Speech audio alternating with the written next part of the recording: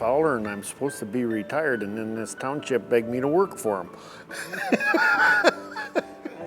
They call them fire signs, I call them emergency signs. But they've been faded and busted, and we're putting up nice ones that are flag style. You can read them from either side.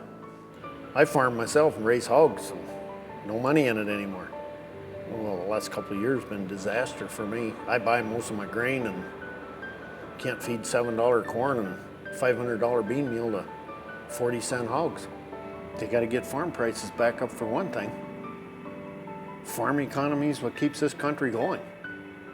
If people can't buy food, there ain't gonna be people.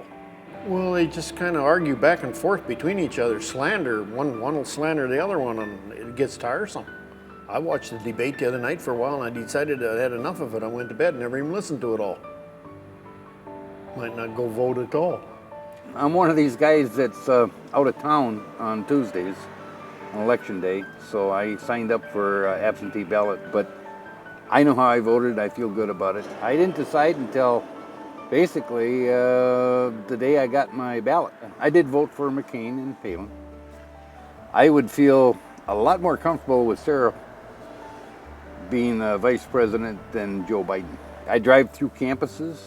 Sometimes I make deliveries or pickups, and I can see that most of campuses seem to be very, very pro-Obama. Nothing's private here. Everybody knows who you are. For a while there I was supporting McCain because I liked his views and stuff. But then I was actually listening to his health insurance is one of those things that started to change my opinion here. He wants to start taxing your health insurance, and I was like, well, that's not gonna help us anymore. With my mother's health problems and stuff, I realized that we need health insurance and we don't need it taxed. I'm looking more towards Obama now. I love listening to him talk because he is so smart. My speech professor and I were actually having a conversation about it. He's actually one of the best public speakers of this time. He's set a new level for it.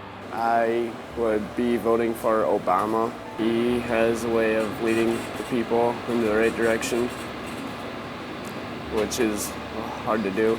I've seen a lot of people's reactions against George W. Bush.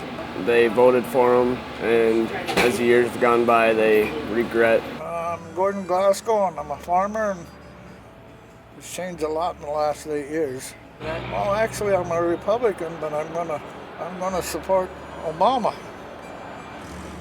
I'd like to see someone a little more grassroots, someone who has fought for our country, like John McCain. I don't care which one gets elected.